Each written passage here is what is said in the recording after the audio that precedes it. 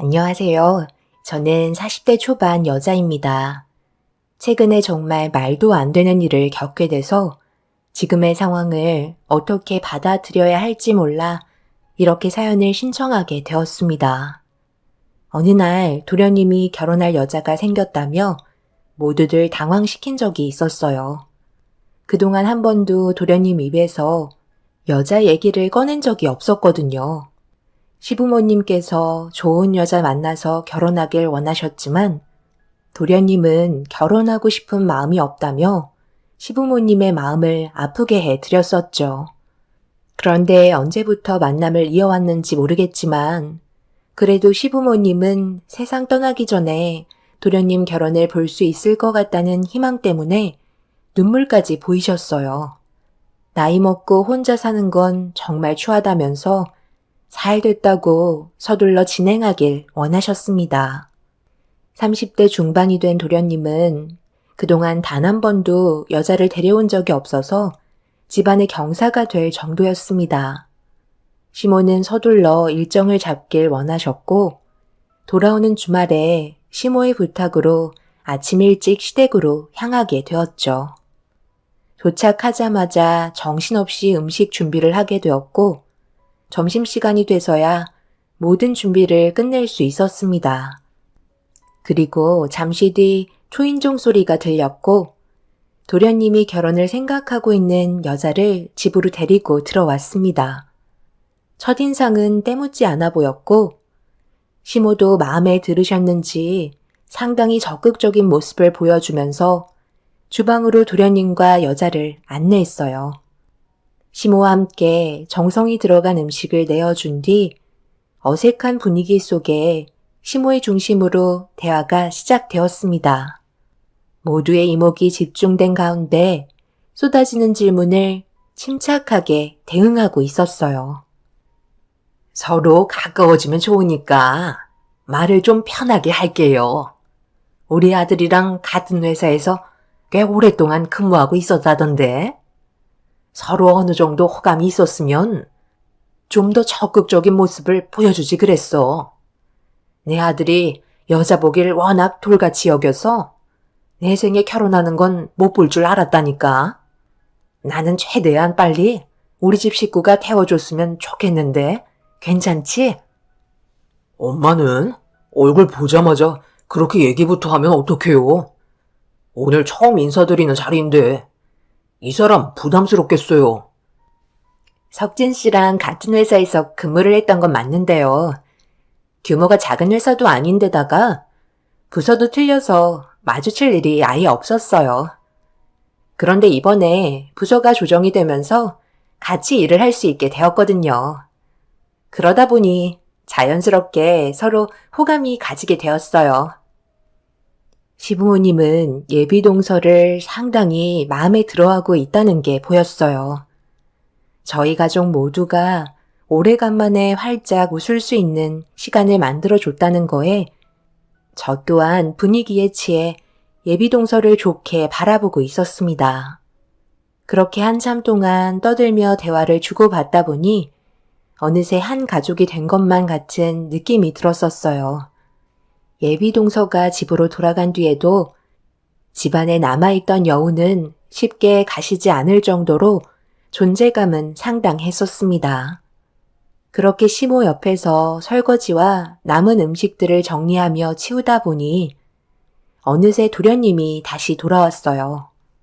저희 가족 모두는 한자리에 다시 모인 뒤 앞으로 어떤 식으로 일을 진행해야 할지 대화를 나누었고 시부모님께서는 서둘러 상견례를 진행하길 원하셨습니다. 아무래도 도련님 나이도 있지만 예비 동서에 대한 호감도 상당했었기 때문에 서둘러 결혼식을 진행하고 싶어 하셨죠. 도련님도 처가댁에 인사를 드리려고 일정이 잡힌 상태라며 결혼에 대한 확고한 마음을 보여주었어요. 같은 회사에서 근무를 하고 있고 양가 집안 부족함도 없었기 때문에 뭐 하나 걸리는 건 하나도 없었습니다. 그런데 남편은 만나온 시간이 상대적으로 너무 짧아서 조금 더 알아보는 시간을 가지는 것도 나쁘지 않을 것 같다며 약간 걱정스러워하고 있자 시모의 표정이 안 좋아지기 시작하더니 갑자기 거친 말을 뱉으셨어요. 좋은 시간 다 보내놓고 왜 초를 치는 거야? 너희들은 결혼했을 때 서로에 대해 충분히 알아보고 반지 교환했니? 법적으로 부부가 되고 나서 알게 된 것들도 있잖아. 내가 너희들 상처받을까봐 말을 안 하고 있었던 것 뿐이지. 솔직히 임신할 수 없는 몸이라고 판정받았을 때 내 마음이 어땠을 것 같아? 그때 내가 너희들 결혼한 거 후회한다고 했어? 엄마는 왜 갑자기 그런 말을 하세요? 이 사람이 불임인 줄 누가 알았겠어요? 저는 동생이 한 번 더 신중하게 바라는 것 뿐이라고요. 오늘 하루 왜 이렇게 분위기가 좋은가 했다. 내가 봤을 때 너희들보다 새로 들어오게 될 막내 며느리가 우리 집안의 분위기를 살릴 수 있을 것 같다. 너희들도 충분히 느꼈지? 우리가 모두 모여 웃어본 게 언제인지도 모를 정도로 그동안 안 좋았던 거 다들 알고 있지? 임신이 안 돼서 애까지 입양한 것도 정신적인 고통이 심했었는데 최근에 강박증까지 생겨서 지금 정신과 치료받고 있다면서? 여린이를 사돈댁에 맡겨놓고 오라고 한 게 다행이지. 여기 있었으면 분위기가 어땠을 것 같니? 시도 때도 없이 화장실 왔다 갔다 하면서 손 닦고 짜증냈을 게 뻔하다. 그럼 당연히 우리 집안에 안 좋은 시선으로 바라봤겠지. 엄마, 정말 이런 식으로 할 거예요? 또 시작인 거죠? 입양은 저희가 충분히 고려해서 데려온 거고 입양아가 아닌 제 친딸이라고요. 더는 못 들어주겠네요. 저희 먼저 일어나 보도록 할게요. 제가 동생 보고 온 거지 엄마 얼굴 보러 온 줄 아세요? 갑자기 안 좋아진 분위기를 진정시키기에는 늦어버렸다는 걸 직감한 남편은 자리에서 저를 데리고 일어나 버렸어요. 지켜보고 계셨던 시부는 아침부터 도와주려고 온 애들한테 뭐 하는 거냐고 화를 내시면서 방으로 들어가셨어요. 결국 처음은 좋았지만 마무리는 안 좋게 끝나고 말았죠. 시모는 상견례 일정 잡히면 연락하겠다고 한마디 하신 뒤 등을 돌리셨습니다. 결국 저희 부부는 고생했다는 한마디 말도 듣지 못한 채 시댁에서 나오게 되었고 친정집에 들려 제 딸을 데리고 집으로 돌아오게 되었습니다. 남편과 결혼을 하고 아들 손자를 원했던 시모는 서둘러 주길 원하셨지만 임신이 계속해서 되지 않자 몸에 문제가 있을지도 모른다는 생각에 산부인과를 들려 검사를 받았는데 충격적이게도 불임이라는 진단을 받게 되었어요. 그리고 그때부터 시모는 저를 대하는 모든 것들이 달라졌고 더 이상 좋은 관계로 발전해 나갈 수 없었습니다. 이런 시간이 지속되면서 시댁과의 갈등은 점점 더 깊어졌지만 그래도 최선을 다해 며느리로서의 역할을 해왔었어요. 아이를 가질 수 없는 몸이 되다 보니 삶의 목적이 사라져 버린 것 같은 좌절감이 너무 크게 다가왔었어요. 이런 저를 걱정하고 있던 남편은 입양 얘기가 나오게 되었고 생각지도 못한 남편의 의견에 처음으로 입양에 관심을 가지게 되었습니다. 저희 부모님께서는 그래도 긍정적인 모습을 보여주셨지만 시모는 입양에 대해 부정적인 반응이셨어요. 다 키워놓으면 자기를 낳아준 부모를 찾아가게 된다며 격하게 반대를 하셨죠.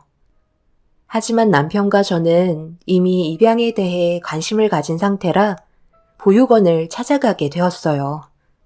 그리고 그곳에서 태어난 지 얼마 되지 않은 신생아가 보살핌을 받고 있는 걸 보게 되었고 그 아이에게 마음이 끌려 입양을 결정하게 되었습니다. 이런 상황을 알게 된 시모는 집안이 떠나갈 정도로 난리를 쳤지만 이미 결정을 내린 상태라 시모도 현실을 받아들여야만 했었죠.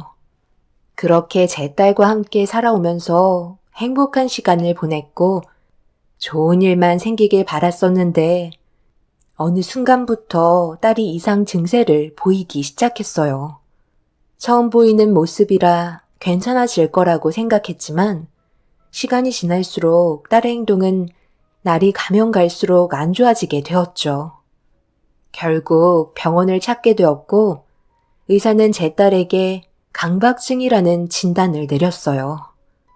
그날 하늘이 무너지는 게 무슨 느낌인지 알 수 있을 만큼 너무 큰 충격을 받았었어요.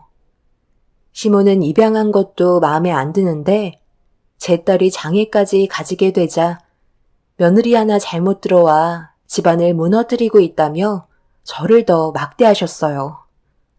서로는 안 좋은 감정 상태를 유지하고 있으면서 특별한 일 아니면 시댁에 찾아가지 않았습니다. 남편은 화가 머리끝까지 올라와서 그런지 웬만해선 시댁에 가지 않으려 했어요. 저도 그동안 상처를 많이 받아온 시간들이 마음의 문을 굳게 닫아버리고 말았죠.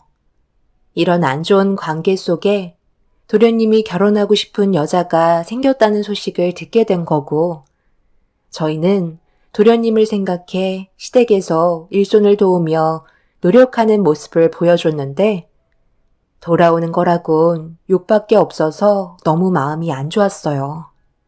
남편이 도련님의 결혼을 반대하는 것도 아니고 신중할 필요가 있다고 얘기한 것밖에 없는데 시모가 생각하고 있던 계획에 차질이 생길까봐 예민한 반응을 나타내셨습니다. 남편은 집에 돌아와서도 화를 가라앉히지 못했어요. 지금까지 부려먹고 고생했다는 말 한마디 못 들었는데 우리가 왜 상견례장에 가서 인원수를 채워야 돼? 나는 2번 다시 엄마 얼굴 볼 생각도 없고 찾아가지 않을 테니까 당신도 내 말에 그냥 따라줬으면 좋겠어. 우리는 어차피 좋은 소리도 못 듣는데 상견례에서 또 무슨 말을 하실지 어떻게 알아? 우리 없어도 어차피 알아서 잘 하실 거야. 엄마한테 전화 오면 절대 받지 마. 남편은 화가 단단히 난 상태로 불만을 터뜨리고 있었어요. 시모가 보인 행동을 봤을 때 저희가 마음에 들지 않았지만 그래도 아쉬운 김에 이용하려고 예비 동서 앞에서 가식적인 모습을 보여주고 있었고 저희는 어느 순간부터 시모의 성격을 잊어버린 채 착각을 하고 있었던 것 같았습니다.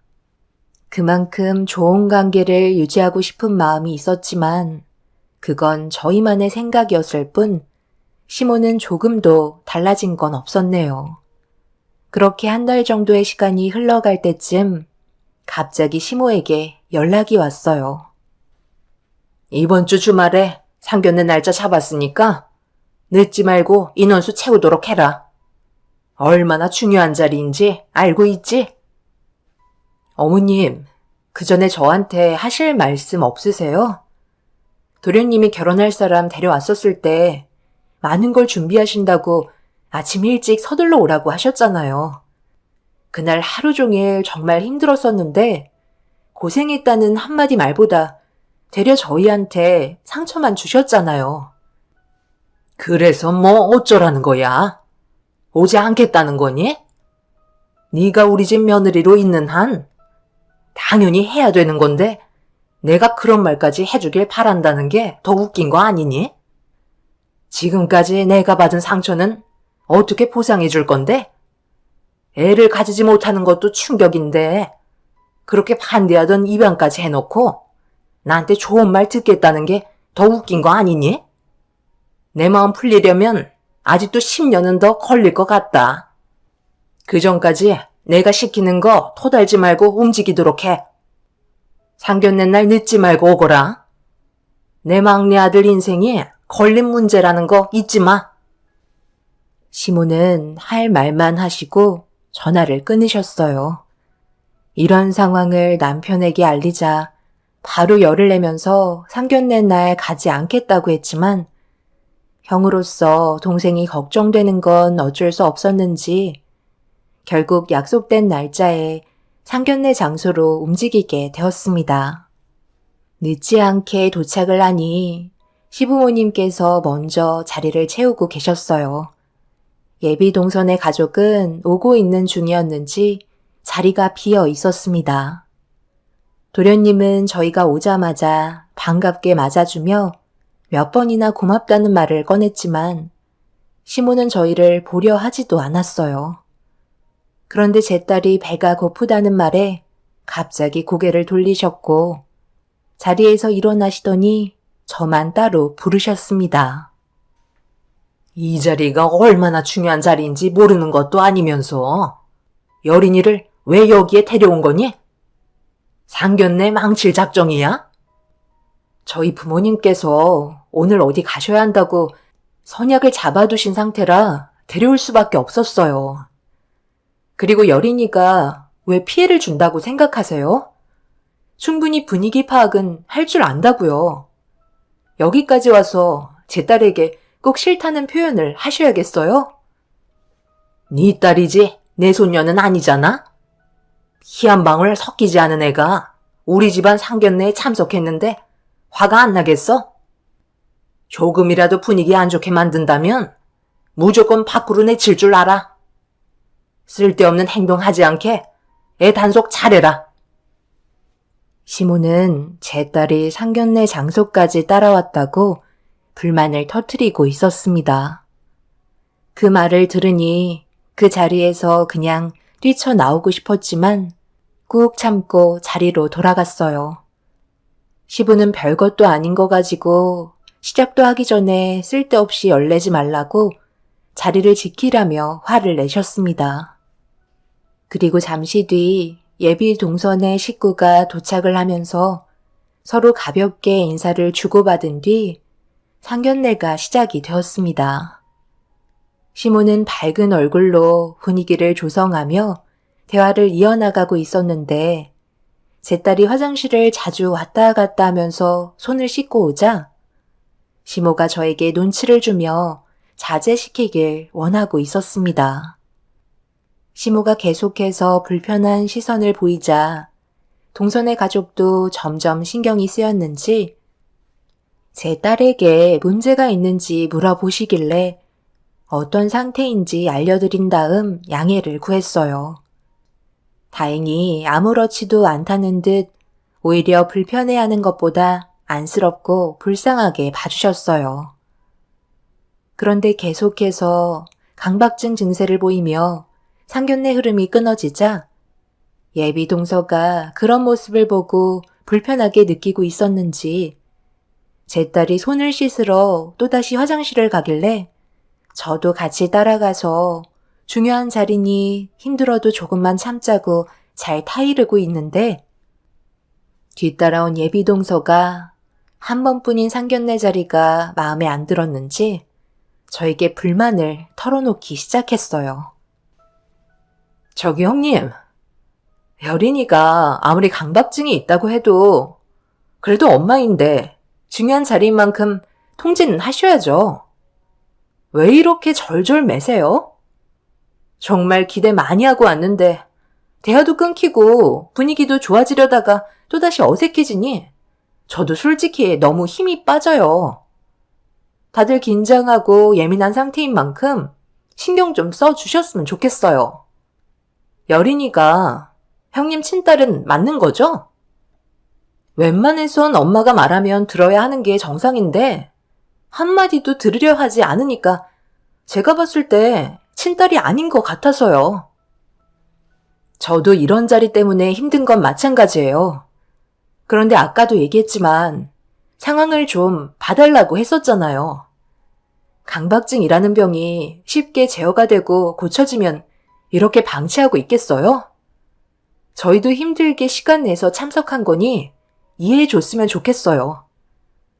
그렇다고 친딸이 맞냐는 말은 좀 심한 것 같은데 그건 사과를 해야 되는 게 당연하지 않을까요? 이 정도도 배려해주지 못한다면 제가 사람을 잘못 보고 있었던 것 같네요.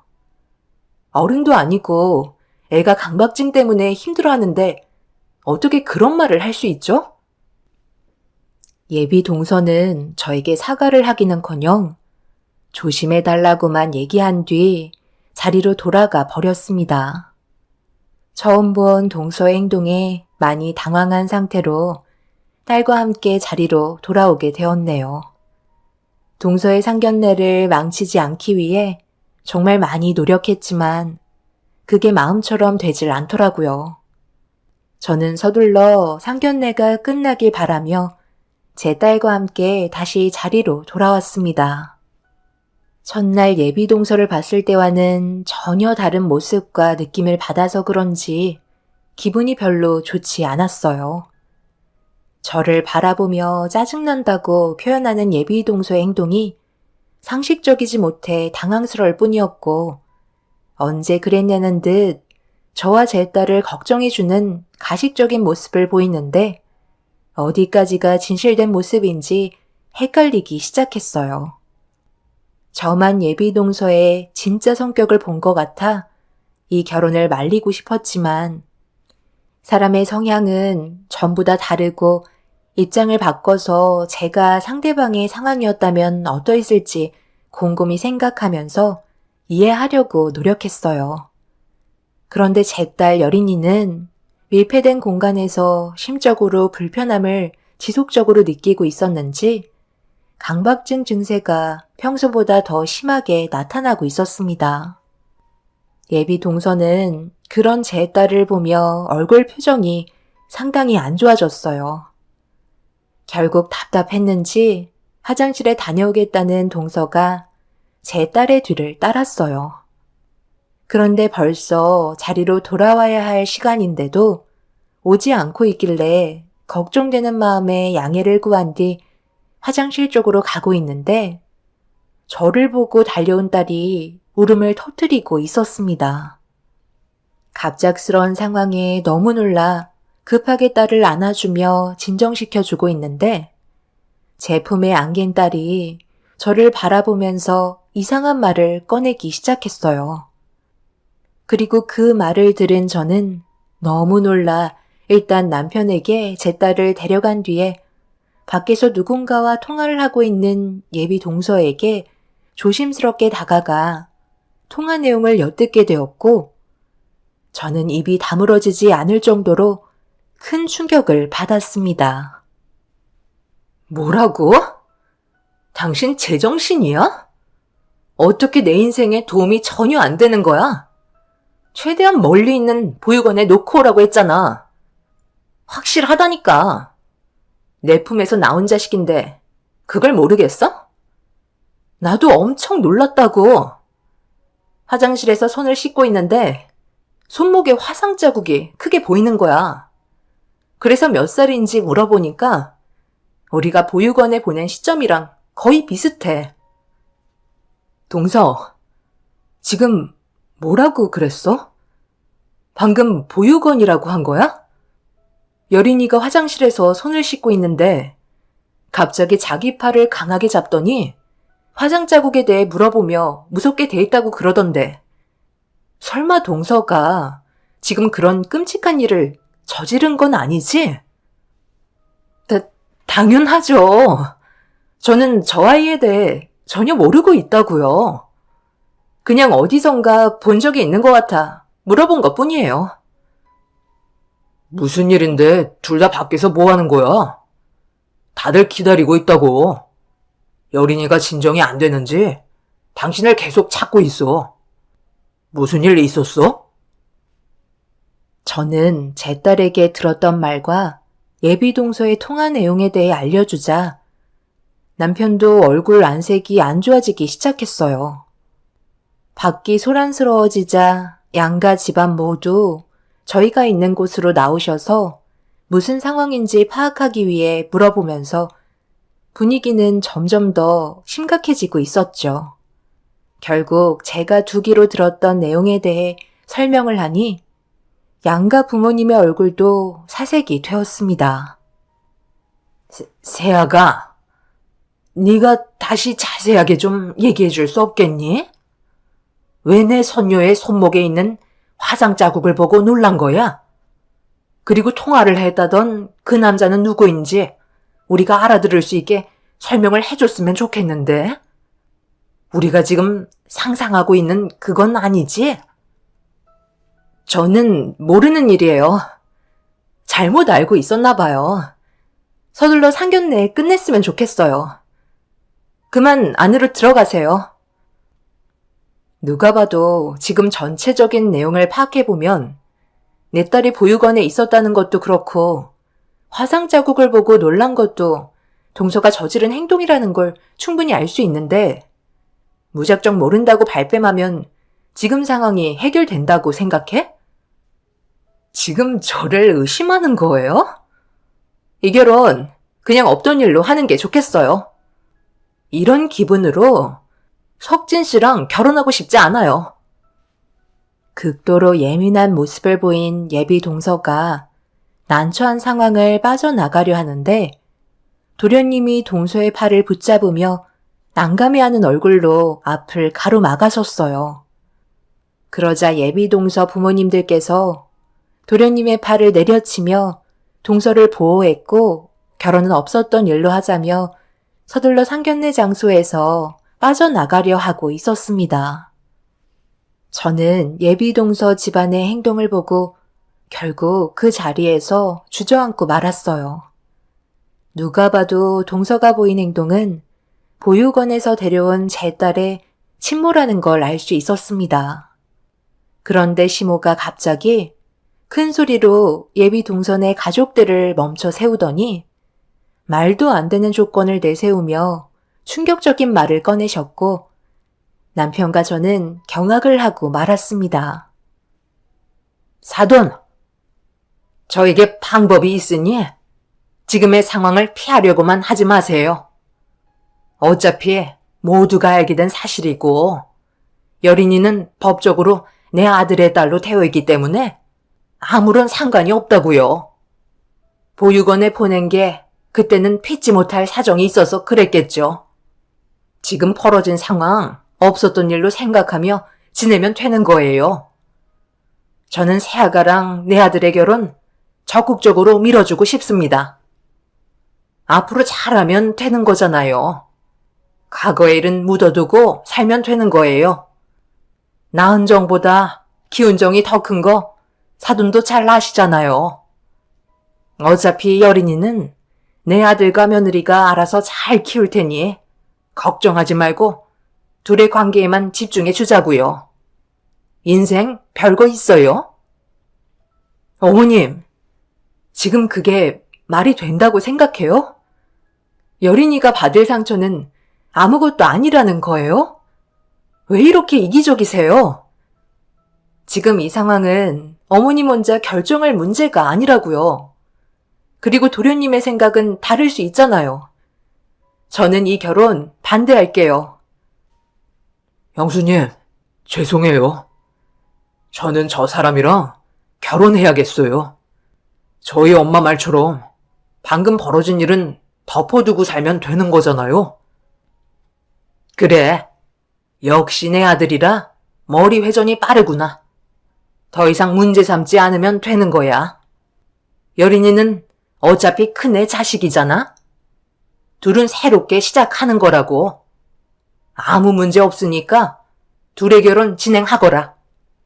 애는 시간 지나면 어차피 아무것도 몰라. 저는 더 이상 듣고 싶지 않아 제 딸과 남편을 데리고 상견례장에서 빠져나왔어요. 저희 가족이 더는 상처받고 싶지 않았습니다. 시모의 생각 없는 말들도 충격이었지만 도련님도 같은 의견을 보였다는 거에 너무 큰 실망을 하고 말았습니다. 남편은 그날 이후 시모와의 인연을 완전히 끊어내버린 상태이지만 문제는 제 딸이 이 사실을 전부 다 듣게 되면서 받은 정신적인 충격이 상당히 큰 상태입니다. 그리고 현재 시모와 도련님은 결혼을 강행하려 하지만 예비 동선의 가족은 조금의 죄책감이 있는지 보육원에 버린 내 딸과 또다시 마주치게 되는 상황이 생길까봐 결혼을 거부하고 있는 중이네요. 그런데 상견례장에 있을 때는 자기가 친모라는 걸 강하게 거부하던 예비 동서가 피는 못 속인다고 어느 날부터 멀리에서 저희 딸의 존재를 확인하고 있습니다. 그런데 그게 침모라 끌려서 그러는 건지 아니면 자기 인생의 걸림돌이 앞에 나타나서 또 다른 범행을 저지르려 하는 건지 알 수가 없어 걱정이 되네요. 어떻게 이런 상황이 생기게 된 건지 아직까지도 믿어지지가 않습니다. 앞으로 어떻게 해야 할지 모르겠어요. 일단 예비 동서였던 그 여자가 어떤 식으로 돌발 행동을 할지 몰라 제 딸 곁에서 떨어지지 않고 있는 중입니다. 신생아 때 한 번 버렸는데 두 번은 더 쉽지 않겠어요. 어떤 성격인지 전부 다 파악되지 않는 상태이기 때문에 조심해서 나쁠 거 없다 생각하네요. 만약 그 여자가 자기의 친딸이라고 데려가겠다고 해도 법적으로 제 딸로 등재되어 있기 때문에 절대로 데려갈 수 없겠죠? 그 여자가 자기 딸을 버린 이유도 아직 밝혀지지 않은 상태라 요즘 매일 불안에 떨며 살고 있는 중이네요. 시모도 그렇고 그 여자도 어떤 식으로 나올지 몰라 긴장의 연속입니다. 아무도 모르는 곳으로 이사를 가는 게 최선일까요? 여러분들의 의견을 듣고 싶어요. 제 딸과 헤어지고 싶은 마음 조금도 없습니다. 많은 조언 기다릴게요. 감사합니다. 안녕하세요. 저는 경기도 남양주에 살고 있는 40대 여자입니다. 얼마 전에 저희 집에 시모가 찾아왔어요. 한 번만 기회를 달라는 말이었는데 이미 예전에 끝난 일이라 더 이상의 관계를 유지하고 싶지 않아 시모의 청을 거절했어요. 겉으론 눈물을 보이고 용서를 구했지만 시모를 거절하자 역시나 예전과 다르지 않은 모습을 보였고 결국 또다시 난리를 치기 시작해 어쩔 수 없이 경찰의 도움을 받아 상황을 정리할 수 있었습니다. 남편과 결혼 생활하는 동안 시모와의 관계는 그렇게 좋지만은 않았어요. 제가 하는 모든 것을 마음에 들어하지 않았었죠. 사소한 거 하나라도 그냥 넘어가지 않고 트집을 잡는데 저도 사람인지라 시모의 잔소리를 오랜 시간 듣다 보니 신경이 많이 날카로워지게 되었고 차라리 얼굴을 안 보고 지내는 게 좋을 것 같아 웬만해선 시댁에 가지 않으려 했지만 남편과 결혼 생활하는 동안에는 어쩔 수 없이 시댁을 가야 하는 그런 상황들이 있어서 피하는 건 쉽지 않았습니다. 결국 고부 갈등은 점점 더 심해졌고 참고 참았던 감정이 터져버리는 일이 있었어요. 시댁 식구들은 언성을 높이는 제가 잘못했다며 시모의 편을 들어주었지만 저는 왜 욕을 먹어야 하는지 납득이 되지 않았어요. 며느리가 무슨 종도 아니고 잠깐도 쉬는 꼴을 못 보고 쉬지 않고 일을 시키던 시모 행동이 너무 불공평하다고 했지만 시댁 식구들은 조금도 제 편이 되어주지 않았죠. 무조건 시모의 입장에서만 생각했었고 입 아프게 얘기해봤자 달라지는 건 아무것도 없을 것 같아 그냥 시댁을 뛰쳐나왔어요. 그래도 남편이 제 편에 서서 시모가 잘못했다는 걸 얘기해준 게 어느 정도 마음의 위안을 얻을 수 있었지만 남편이 제 편을 들어줬다는 거에 시댁 식구들은 더욱더 분노했어요. 남편 아래로 신우가 둘이나 있는데 저만 일을 시키는 게 너무 불공평하다고 생각했어요. 그래서 그런 불만들을 얘기했던 건데 시모와 신우들은 그런 제가 못마땅했는지 얼굴을 붉히면서 며느리로 들어왔으면 시댁 일은 당연히 해야 되는 일이라면서 제 마음을 조금도 이해해 주려 하지 않았습니다. 그날 이후 시댁과 두 번 다시 만나지 않겠다고 했었는데 사람 일이라는 게 마음처럼 되지가 않잖아요. 저희 부부가 연락도 하지 않고 시댁을 가지 않으니까 이번엔 반대로 시댁 식구들이 저희 집으로 찾아왔어요. 그때 저는 이사를 가지 않는 이상 절대로 벗어날 수 없다는 걸 알 수 있었고 무작정 밀고 들어오는 시댁 식구들의 행동에 질려버려 두 손 두 발 전부 들게 되었네요. 그리고 그날 상상도 하기 싫었던 충격적인 일을 경험하게 됐는데 시모가 저희 집에서 음식을 해먹겠다고 상당히 많은 식자료들을 가지고 왔는데 제가 손가락 하나 까딱하지 않자 신우들이 주방을 난장판으로 만들어놔서 지저분하게 널브러져 있는 모습 보고 싶지 않아 어쩔 수 없이 식재료에 손을 댔고 남편은 시댁 식구들에게 막말을 퍼부으면서 안 좋은 감정들을 쏟아내고 있었습니다. 아유, 듣기 싫으니까 그만 좀 해라. 아무리 가족들이 싸웠다 해도 연락 끊고 지내는 게 맞는 거니? 그래도 어느 정도 시간이 지났으면 다시 얼굴 보고 하는 거지. 정말 평생 연락 끊고 지내려 했던 거야? 너희들이 연락을 해도 받지 않고 오지도 않으니까 우리가 직접 올 수밖에 없었던 건데 그만 얼굴 붉히고 밥이나 먹자. 새언니가 집에 있을 때는 그래도 시끌벅적하고 좋았는데 연락도 안 받고 오지도 않으니까 엄마 집이 너무 조용해서 적응이 안 되더라고요. 거기에다가 엄마랑 내가 음식까지 직접 해야 되니까 너무 짜증이 나더라고요. 원래 새언니가 하던 일을 우리가 하려니 적응이 안 되더라고. 그래서 찾아온 거예요. 우리 집안의 장남인 오빠가 이런 식으로 대처할 줄 몰랐는데 정말 실망이야. 무작정 연애를 끊고 지낸다면 모든 게 해결될 줄 알았어? 오빠 때문에 엄마가 얼마나 힘들었는지 알아? 그때 그 난리 치고 나간 뒤로 엄마가 오열을 했다고.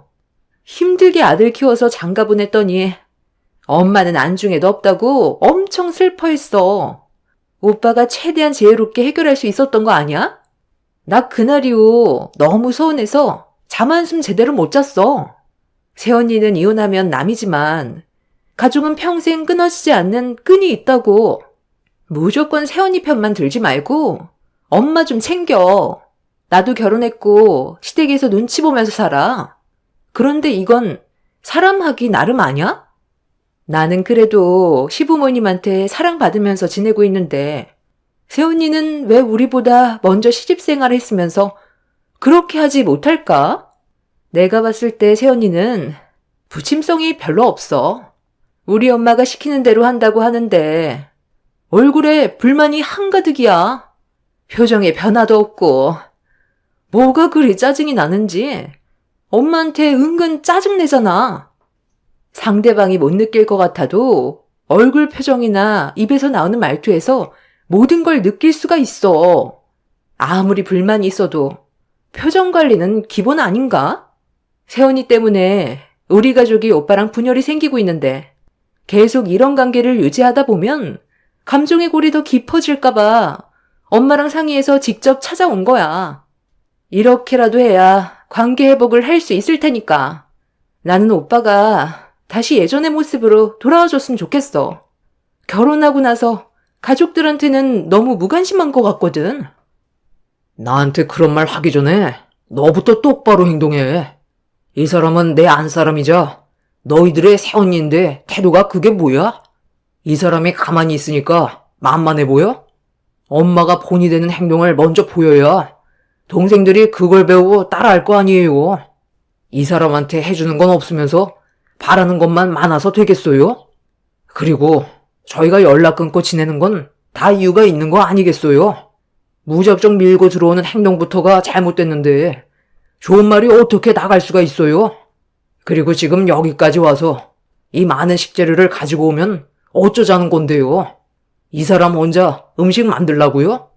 저희 오늘 외식하기로 했고 지금 기분 상태로는 같이 얼굴 맞대고 음식 먹으면서 대화 나누고 싶지 않아요. 그러니까 이 식재료 다시 챙겨서 집에 가서 해 드세요.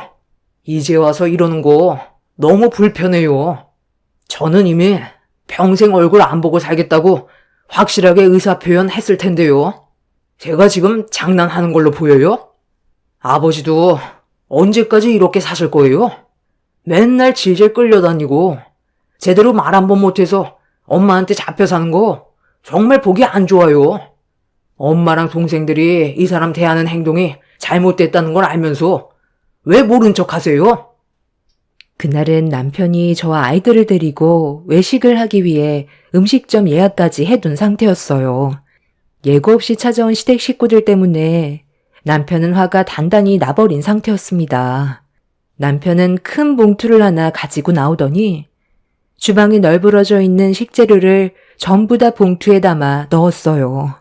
그리고 집 밖으로 내던진 다음 시댁 식구들을 향해 당장 나가달라고 소리쳤고, 남편은 시모와 신우들과 격한 몸싸움이 일어났는데도 시부는 멀찍이 서서 눈앞에 펼쳐진 광경을 보곤 아무것도 하지 않았어요.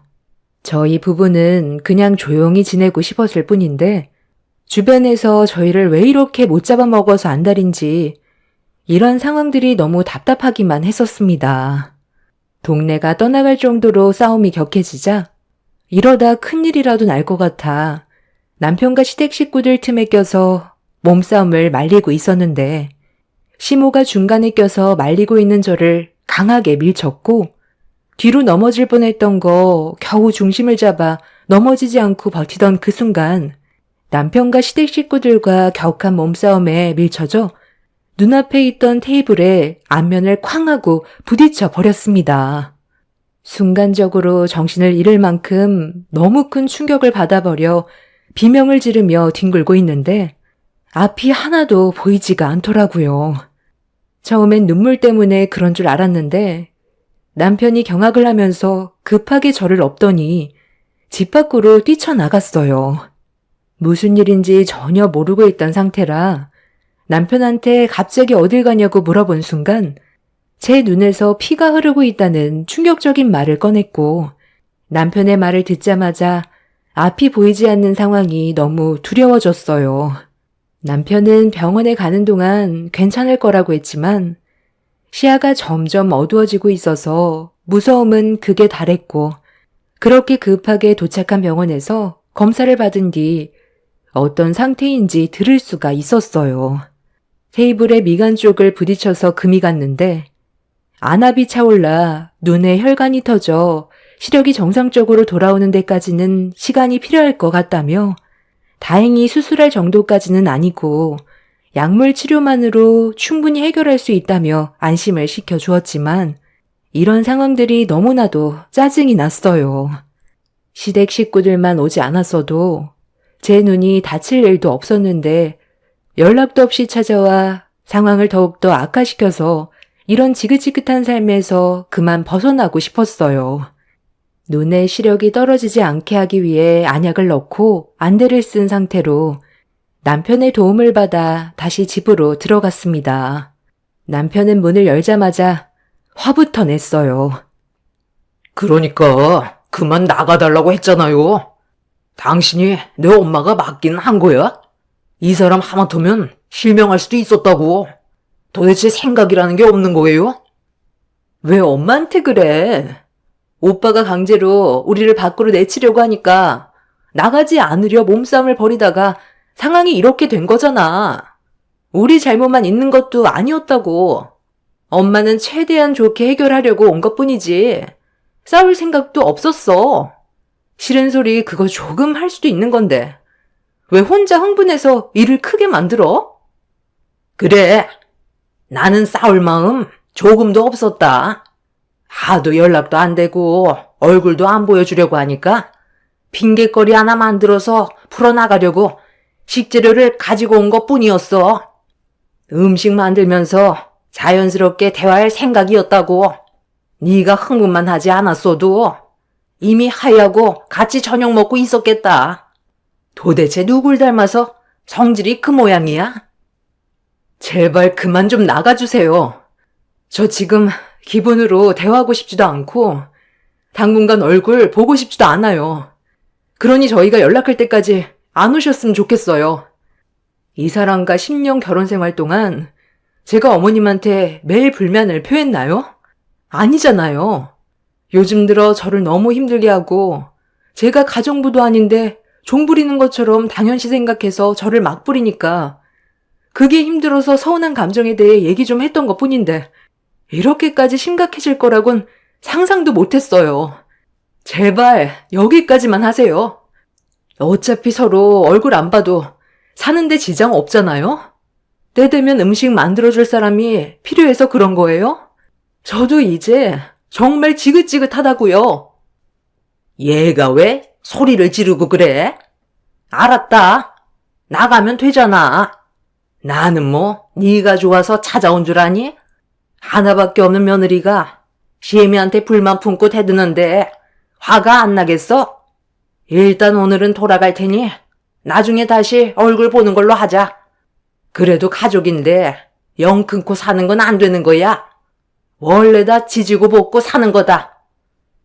새언니가 처음부터 우리 엄마가 시키는 거 토달지 않고 그냥 했으면 이런 일 생기지도 않았죠. 다 자기 업보인 거예요. 평소대로 하면 되지. 갑자기 왜 우리 엄마한테 대들어요? 오빠도 이제 그만 정신 차려. 가족들과 등 돌리면 나중에 땅을 치고 후회한다는 거 몰라? 평생 동안 도움받을 일이 없을 것 같아? 끝까지 본인들 잘못은 인정하지 않고 무조건 저만 잘못했다는 시댁 식구들의 말에 화가 머리끝까지 차올랐지만 당장 눈이 안 보이고 제 상태가 별로 좋지 않아 더는 상대하지 않으려 남편의 도움을 받아 방으로 들어갔어요. 그렇게 한바탕 난리가 난 이후 남편은 집안을 정리했고 저는 누워만 있었는데 너무 서러워서 눈물이 왈칵 쏟아지더라고요. 그날 이후 앞이 보이지 않아 우울증까지 찾아와 힘든 시간을 보내왔었고 그렇게 한동안 조용히 지냈어요. 시댁 식구들도 또다시 마찰이 생기는 걸 원치 않았는지 제가 몸이 회복되는 동안에는 연락이 오지는 않았습니다. 그렇게 2달 정도의 시간이 흐르자 어느 정도 시력을 회복할 수 있었는데 시모한테서 전화가 왔어요. 괜히 또 안 받으면 전과 같은 일들이 생기게 될까봐 그냥 생각 없이 통화 버튼을 눌렀습니다. 그동안 잘 지내고 있었어? 너는 시애미가 어떻게 지내고 있는지 궁금하지도 않던? 내가 너한테 전화한 이유 알고 있지? 곧 설 명절이잖아. 어느 정도 시간도 지났고 그만큼 시력도 많이 좋아졌을 텐데 얼굴 한번 봐야지. 눈 상태가 어떤지 확인도 좀 해볼 겸 이번 명절에 잠깐 들리도록 해라. 눈이 안 좋은 너한테 내가 설마 음식 만들라고 시키겠니? 이번엔 와서 밥이나 먹고 가라. 그래야 내 아들 얼굴도 볼 수 있지 않겠어? 내가 너희 집에 직접 가길 원하는 건 아니지? 시모는 은근히 저에게 협박을 하고 있었어요. 곧 다가올 설 명절에 자기 아들 얼굴을 꼭 봐야겠다면서 저와의 관계가 안 좋아도 아들과의 관계까지 안 좋게 만들 순 없다면서 명절날 오지 않는다면 저번에처럼 저희 집으로 찾아오겠다는 말을 하고 전화를 끊었는데 기분이 상당히 좋지 않더라고요. 저는 그때의 사고가 아직까지 트라우마로 남아있어서 자다가도 벌떡 일어날 정도인데 시모는 그때의 상황을 무기 삼아 제가 움직이길 바라고 있었습니다. 말로는 음식 만드는 걸 안 시킨다고 했지만 며느리 생활 10년이라 시모가 어떤 생각을 가지고 있는지 저는 이미 다 알고 있었어요. 제가 눈이 안 보이고 몸이 불편해도 시모는 어떻게 해서든지 저한테 일을 시킬 게 분명했어요. 연락 끊기 전까지는 계속 그래왔으니까요. 결국 이 일로 퇴근한 남편과 진지하게 대화를 이어나갔고 신중히 생각하고 결정한 결과 저희 부부는 일단 설 당일 시댁에 가기로 결정을 내렸습니다. 이유는 몇 달 전에 제가 눈을 다쳤을 때처럼 또다시 안 좋은 일들이 생기게 될까봐 그게 제일 걱정이었어요. 시모의 행동이 너무 돌발적인 부분들이 많아서 언제 또 무슨 일이 생기게 될지 몰라 다른 지역으로 이사를 하기 전에 저희 부부가 피해를 받지 않으려고 일단 최대한 좋게 넘어가려 했어요. 이사만 하면 얼굴 볼 일도 없으니 그때까지만 참기로 결정을 내렸고 그렇게 설 명절날 시댁을 가게 되었는데 몇 달 만에 보게 된 시댁 식구들의 얼굴은 예전과 다를 바 없었어요. 얼굴에 심술이 가득했고 제 눈이 현재 어떤 상태인지 확인하기 바빠 보였습니다. 남편은 눈이 아직 회복이 덜 돼서 앞이 잘 안 보인다며 저한테 조금의 일도 시키지 않게 했어요. 시모는 남편이 저를 챙기는 모습이 별로 보기 안 좋았는지 얼굴 표정이 일그러졌지만 일단 아무 말 하지 않고 넘어가긴 했는데 가족들 모두 자리에 앉아 식사를 할 때 시댁 식구들의 불만이 또다시 시작됐어요. 남편이 저를 옆에서 챙겨주는 모습이 너무 꼴보기가 싫었는지 막내 신우가 저를 보며 한마디 던졌습니다. 새언니는 우리 오빠 만나서 좋겠어요. 별로 크게 다친 것 같지도 않은데 남들이 보면 무슨 죽을 병이라도 걸린 줄 알겠네. 오빠는 그만 좀 해. 새언니가 손이 없어? 눈도 거의 회복했다며. 내가 봤을 땐 멀쩡히 보이는구만. 오빠가 이렇게 감싸고 노니까 새언니가 우리 엄마를 더 함부로 대하는 거잖아. 또 시작이냐? 너는 잘못 없어. 내 집에 와서 그 난리를 쳐놓고 미안한 감정이 조금도 없는 거야? 나 오늘 여기 싸우러 온 거 아니거든? 쓸데없이 일 크게 만들지 마. 조용히 밥이나 먹어. 그냥 조용히 있다가 가면 된다고 해서 왔는데 또다시 싸움 걸면 그냥 자리에서 일어날 거야. 마누라 챙겨주는 건 집에서 해야지. 엄마가 보는 앞에서 꼭 그렇게 해야 되겠어? 틀린 말 한 것도 아닌데 웬만하면 자중해주면 좋겠다. 몇 달 동안 눈 때문에 일도 못하고 집에서만 박혀 있었을 텐데 밥벌레처럼 집에 밥만 축내고 있었겠네. 내 아들은 힘들게 일만 하고 너는 입만 벌리고 있었을 거 아니야? 내 아들이 하는 행동을 보니 안 봐도 눈에 훤하구만. 이런 꼴을 내가 언제까지 보고 살아야 돼? 우리 김서방이랑 권서방 봐라. 나한테 얼마나 잘해? 때 되면 알아서 용돈까지 챙겨주고 여행까지 보내주는데 하나밖에 없는 며느리는 집안일 좀 했다고 불만만 늘어놓고 싸움이나 조장하고 있으니 내가 좋은 말이 나오겠어? 우리 남편이야. 원래 잘했잖아. 너무 완벽해서 틈이 없다니까. 오빠는 이 사람 좀 보고 배워야 돼. 우리 엄마한테 얼마나 잘해. 둘째 신우의 버릇없는 말에 남편은 기분이 이상했는지 들고 있던 숟가락을 식탁에 쾅 하고 내려놓았어요. 최대한 조용히 있다가 가려 했는데 또다시 문제가 터질 것 같아 남편한테 그만 집으로 돌아가는 게 좋을 것 같다며 심각해질 것 같은 상황을 급하게 마무리 지으려던 그때 시모가 숟가락을 떨어뜨렸어요. 그런데 저를 바라보던 시모가 바닥에 떨어진 밥알이나 주워 먹으라면서 일도 안 하고 집에서만 놀고 먹고 있는 제가 무슨 밥이냐고 막말을 쏟아냈어요. 남편이 자리에서 벌떡 일어나 식탁 테이블을 쾅 하고 내려치면서 더 이상은 안 되겠다고 평생 얼굴 볼 생각하지 말라며 저를 데리고 나가려는데 시모가 어른이 말도 안 끝났는데 어딜 가냐고 밥숟가락을 집어 던졌습니다. 제 몸에 맞고 바닥으로 떨어진 밥숟가락을 쳐다보던 저는 더 이상 인간 취급을 해줄 필요가 없을 것 같아 떨어져 있던 숟가락을 들어 시모에게 다시 되돌려 던지려던 그때 10인용 교자상 밑에 기아말 장면을 보게 되었습니다. 제 두 눈은 의심할 정도로 너무 충격적인 광경이라 몸을 일으키지 못한 채 급하게 주머니에 있던 핸드폰을 꺼내들어 눈앞에 보이는 장면을 촬영했어요. 찰칵거리는 소리와 함께 꼬여져 있던 다리가 풀리길래 제가 고개를 들어 올리자 당황한 눈빛으로 둘째 신우의 남편이 저를 바라봤어요. 그리고 반대편으로 고개를 돌리자 막내 신우가 저를 당황한 눈빛으로 바라보고 있었습니다. 천천히 몸을 일으켜 집안꼴 잘 돌아간다면서 들고 있던 핸드폰 속 사진을 교자상 위로 올렸어요. 시모는 제가 올려놓은 핸드폰을 주워들어 사진을 확인하더니 손을 부들부들 떨기 시작했어요. 둘째 신우는 아무 생각 없이 시모의 손에 들려있던 핸드폰을 빼서 확인을 했는데 시모와 마찬가지로 손을 부들부들 떨면서 둘째 신우의 남편을 노려보기 시작했어요. 태연한 척 연기를 하던 둘째 신우 남편은 둘째 신우의 핸드폰을 확인하더니 잠깐 놀라는 듯 하다가 말도 안 되는 변명을 늘어놓기 시작했습니다. 그리고 예상했던 대로 둘째 신우는 손을 올렸습니다. 지금 그걸 말이라고 해? 이 장면이 어떻게 스친 거라고 할 수 있는 거냐고.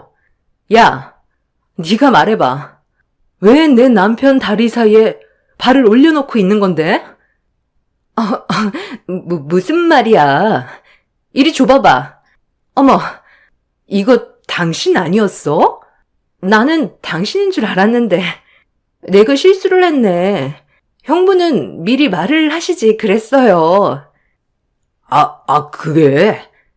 그러려고 했는데 어떻게 말을 해야 될지 몰라서 살짝 피하려 했는데 그 장면을 촬영한 것 같네.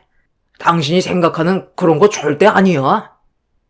지금 이걸 보고도 거짓말이 나와? 나는 무슨 뱀이 다리 튼 줄 알았네. 당신 한쪽 다리도 내 동생 다리 위로 올라가 있었잖아. 언제부터야? 너희들 언제부터였어? 나 몰래 너희 둘이 눈 맞았던 거야? 왜 대답을 못해? 야, 네가 어떻게 언니한테 그럴 수 있어? 엄마, 얘가 내 남편이랑 바람난 거 맞지? 이 사진 확실하잖아. 그런 거 아니라니까. 이건 오해야. 내가 왜 그런 위험한 짓을 하겠어? 언니는 날 못 믿어? 이런 식으로 몰아가지 마. 새언니는 왜 쓸데없는 사진을 찍어요? 내가 봤다. 너희들이 바람 피우는 거 내 두 눈으로 똑똑히 봤다고. 그날 업무를 마치고 집으로 돌아가던 도중에 어디서 많이 본 얼굴이길래 걸음을 멈추고 뒤따라가 봤는데 너희들 거기로 들어가는 거 내가 똑똑히 봤다. 그 장면이 너무 충격받아서 한참 동안 그 자리를 떠나지 않고 기다리고 있었는데 1시간 정도 지나고 나오더라. 자, 이거 봐봐. 내가 혹시 몰라 그때 찍어둔 사진이다. 나는 그때부터 너무 큰 충격을 받아서 너희들 얼굴을 볼 때마다 너무 괴로웠었다고. 왜 그랬어? 서로 읽은 가정에 충실해야지. 왜 둘이 눈 맞아서 쓸데없는 짓을 한 거야? 내가 그동안 얼마나 힘들었는지 알아? 그동안 말이 없던 시부가 갑자기 말문이 터지더니 더 큰 충격적인 장면의 사진을 보여주었습니다. 언제부터인가 말수가 적어진 시부가 신경 쓰이긴 했었는데 엄청난 일을 숨기고 있어서 마음고생을 한 것 같았어요.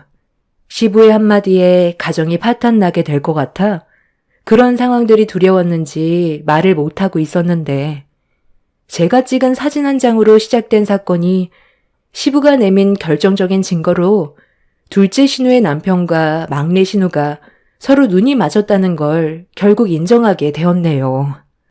그날 집안은 아수라장이 되어버릴 정도로 엄청난 폭풍이 휘몰아쳤는데 또 다른 충격적인 전개가 펼쳐졌어요.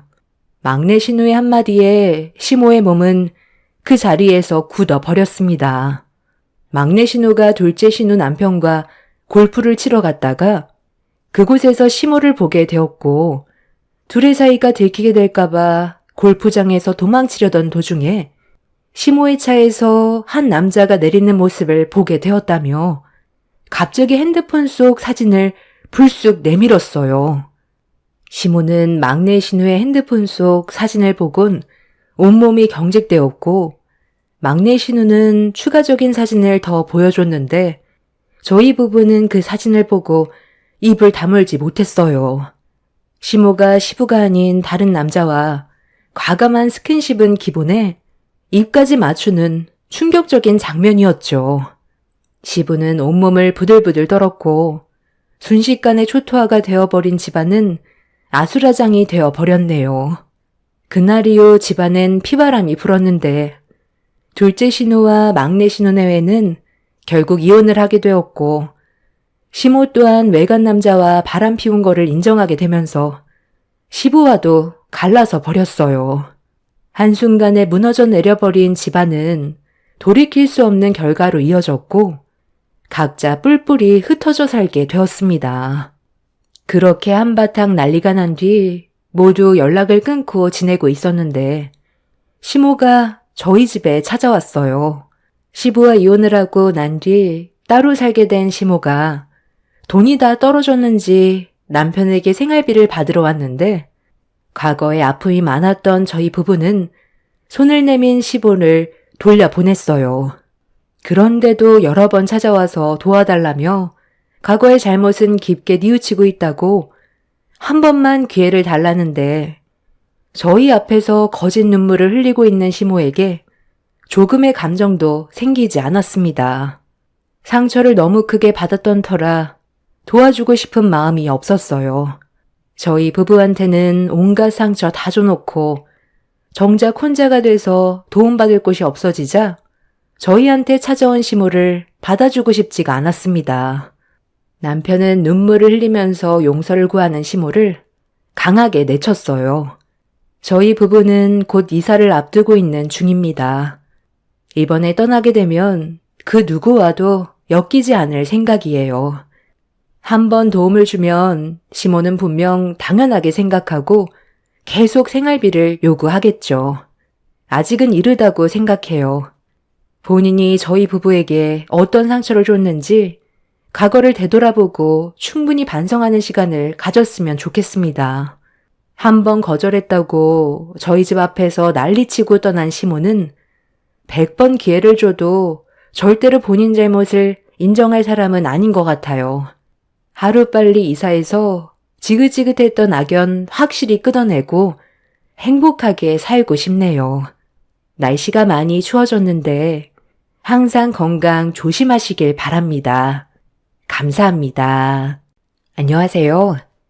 저는 남편과 1년의 짧은 결혼 생활을 끝으로 먼저 떠나보낸 뒤 4년의 시간을 홀로 지내왔습니다. 지금도 그때의 기억이 떠오를 때면 자다가도 벌떡 일어날 정도로 정신적인 충격이 상당하지만 그래도 어느 정도 현실을 받아들이면서 적응하려고 노력 중에 있습니다. 제가 이렇게까지 힘든 시간을 보내게 된 건 죄책감 때문에 그런 것 같아요. 부부 생활이 짧긴 했지만 정말 행복한 시간들을 보내왔었어요. 결혼 생활이 1년이지 연애 기간은 3년 정도로 적지 않은 시간을 함께 있었는데 어느 날 한 통의 전화를 받는 순간 제 삶은 한순간에 무너져 내렸습니다. 그 전화는 남편의 갑작스러운 사고 소식이었고 손도 써볼 수 없이 현장에서 이미 숨을 거뒀다는 충격적인 말을 듣게 되었습니다. 좀 전까지 서로 연락을 주고받았던 남편이 왜 떠나게 된 건지 이해가 되지 않았었는데 사고를 당하게 된 이유는 남편이 횡단보도 앞에서 신호를 기다리고 있던 도중 갑자기 차량 한 대가 중앙선을 침범해 속도를 제어하지 못한 채 미끄러지면서 남편과 충돌을 하게 되었고 반대편에 있던 벽에 머리를 부딪히게 되면서 뇌출혈로 인해 현장에서 그대로 떠나버리게 된 거였죠. 급하게 병원으로 향한 뒤 남편의 모습을 확인했는데 얼굴을 알아볼 수 없을 정도로 온몸이 상해버려 당시의 사고가 얼마나 심각했는지를 알 수가 있었습니다. 너무 충격적인 모습을 보게 됐던 저는 결국 속이 울렁거려 화장실에서 오바이트를 한 뒤 일어나지 못한 채 변기통 앞에서 한참 동안 오열을 했어요. 남편이 사고가 난 곳은 제가 일하고 있는 회사와 불과 5분 거리에 있는 꽃가게 앞에서 난 사고였는데 하필 그날이 결혼 1주년이었어요. 사고 당시 현장에 있던 담당 경찰의 말로는 손에 꽃다발을 들고 있었다고 했는데 그런 말을 듣게 되니 괜히 저 때문에 사고가 일어난 것 같아 너무 마음이 안 좋았습니다. 연애 때부터 제가 꽃을 좋아한다는 걸 알고 항상 얼굴을 볼 때마다 꽃다발을 선물해 줬었는데 결혼기념일날 어김없이 꽃집을 들렸다가 이런 사고가 나서 뒤늦게 소식을 접하게 된 시댁 식구들은 저에 대한 원망을 쏟아냈어요. 제가 괜히 꽃을 좋아해서 사고가 난 거라며 남편 앞에서 오열하던 시모는 저에게 달려들어 머리채를 잡아 흔들어 버렸는데 미처 저항할 틈이 없었어요. 시모 말대로 남편이 저 때문에 사고로 떠난 것 같아 억장이 무너져 내렸습니다. 너 때문에 내 아들이 죽었어? 그깟 꽃이 뭐라고? 시도 때도 없이 받아대더니 결국 이 사다를 만들어 내 아들 살려내. 당장 살려내라고. 우리 그이도 암으로 떠난 지 얼마나 됐다고. 형님은 어머님한테 또 상처를 주고 싶은 거예요? 저랑 어머님은 아직 그이가 떠났다는 게 믿기지 않아서 우울증약까지 먹고 있는 거 알면서 결혼한 지 1년차 돼서 굳이 꽃을 받아야 돼요? 형님이 안 받아도 된다고 전화 한 통만 넣었어도 아주버님은 괜찮았겠죠. 내 말이 그 말이야. 작은 아들 암으로 떠나보낸 것도 아직까지 슬픔이 가시지 않았는데 평생 이애미 곁에 있겠다던 내 큰아들까지 고작 꽃 때문에 떠나게 될 거라고 누가 상상이나 했겠니? 이제 어떻게 할 거야? 우리 아들 당장 살려내지 못하면 오늘 이 자리에서 너 죽고 나 죽는 거다. 어머님, 저도 그이가 갑작스럽게 떠나서 너무 마음이 아파요.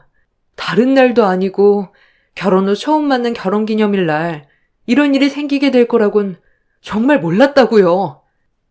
내 아들 살려내지 못할 것 같으면 너는 평생 내 앞에서 죄인처럼 살아야 될 거야. 그깟 꽃이 뭐 태수라고.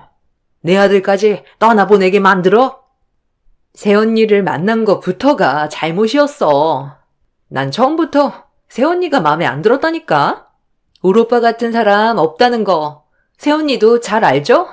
오로지 언니를 사랑하는 마음 하나로 꽃을 사러 갔다가 안 좋은 상황까지 오게 만들었으니 우리 엄마가 어느 정도 추스를 때까지 재혼할 생각 꿈도 꾸지 마요. 울 오빠 불쌍하게 갔는데 언니 잘 되는 꼴을 어떻게 보라고? 우리 오빠들 둘이나 보냈는데 지금 우리가 제정신이겠어요? 남편이 떠나기 전에 시동생이 암투병을 하다가 먼저 떠나게 되는 일이 있었습니다. 동서내외는 제가 남편과 결혼하기 한참 전에 이미 살림을 차려서 살아온 세월이 길었고 아이까지 낳아 9년의 시간을 함께 살아오다가 떠나게 된 거라 한동안 정신적인 충격에서 벗어나지 못해 상당히 힘들었다는 말을 들었어요. 제가 남편과 결혼하기 위해 인사를 왔을 때에도 시댁 식구들의 얼굴은 그늘져 있었지만 그래도 어렵지 않게 결혼식을 올릴 수는 있었어요. 그런데 함께 산 지 1년 만에 시모는 큰아들까지 먼저 떠나보냈으니 그 아픔은 저보다 더 클 수밖에 없었습니다. 동서는 시동생이 암으로 떠난 이후에도 시댁에 계속 왕래를 하면서 지냈어요. 제가 며느리로 들어오기 전부터 시모와 동서와의 관계는 상당히 좋았었는지 조카를 데리고 자주 시댁에 왔었는데 그 모습이 안쓰러웠고 많이 외로워 보였습니다. 시모와 동서는 시동생이 떠난 거에 대한 아픔에 대해 서로 위로해주면서 힘든 시간들을 이겨내 왔었죠. 그런데 시동생이 떠난 지 얼마 되지 않아 남편까지 사고로 떠나보내게 됐으니 그 아픔은 저보다 클 수밖에 없었고 모든 게 제 탓으로 되어버렸던 거였죠. 그렇게 원치 않았던 남편의 장례를 힘들게 치른 뒤 집으로 돌아왔는데 짧은 결혼 생활이었지만 집안 곳곳에 함께 해온 흔적들이 그대로 남아있어 오열을 하게 되었습니다. 에휴, 네가 이러고 있을 줄 알았다. 걱정돼서 집으로 돌아갈 수가 있어야지. 네가 오열하는 목소리가 밖에까지 들리더라. 나도 지금의 상황들이 믿어지지가 않는데 너는 오죽하겠니? 그래도 산 사람은 살아야지. 일단 집안에 있는 물건부터 하나씩 정리를 하면서 너도 새 출발할 준비를 해야 되지 않겠니? 너에겐 지금 시간이 많이 필요하겠지만 이 집에 계속 머물러 있다 보면 그 아픔이 더 크기 때문에 하루빨리 정리를 하는 게 좋을 것 같다. 엄마가 언제까지 옆에 있어줄 수는 없잖아. 어디 갔나 했더니 집에 와 있었구만. 무슨 정리를 하겠다는 건지 모르겠는데 내 아들 물건에 손끝 하나 대지 못합니다.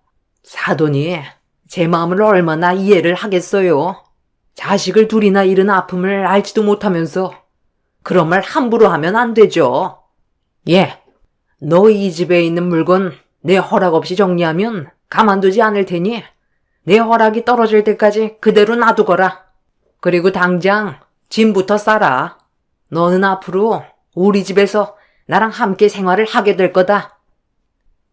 아니 사돈. 이게 다 무슨 말이죠? 오서방을 잃은 아픔 때문에 집안의 물건을 정리할 마음의 준비가 되지 않았다는 건 어느 정도 이해하겠는데 제 딸이 왜 사돈집에 들어가서 살아야 하는데요? 장례식 때도 오서방이 사고로 죽은 게 제 딸 때문에 그런 거라고 계속 그 얘기만 하고 있는데 그 사고는 누구도 예측할 수 없었던 사고라고요. 내 딸이 꽃을 좋아했다는 이유로 잘못을 몰아가는 건 한참 잘못됐다는 걸 말씀드리는 겁니다. 지금 많이 힘드신 거 충분히 이해는 하겠지만 제 딸이 사위도 죽은 마당에 사돈댁에 들어가서 시집살이 하는 건 절대 용납할 수 없어요. 더 이상 감정 소비하고 싶지 않으니까 이만 돌아가세요. 애들 아버지가 어떻게 떠나는지 아세요? 어렸을 적에 계곡에서 놀다가 급격하게 물이 불어나서 가족 모두가 휩쓸린 적이 있었어요. 그때 저와 제 딸은 다리에서 건널 수 있을 정도로 괜찮았는데 두 아이들이 건너올 때는 급격하게 불어난 계곡물로 인해 휩쓸릴 위기에 놓였었고 애 아빠는 두 아이들을 살리기 위해 악착같이 붙잡고 겨우 다리를 건널 수 있게 해줬어요.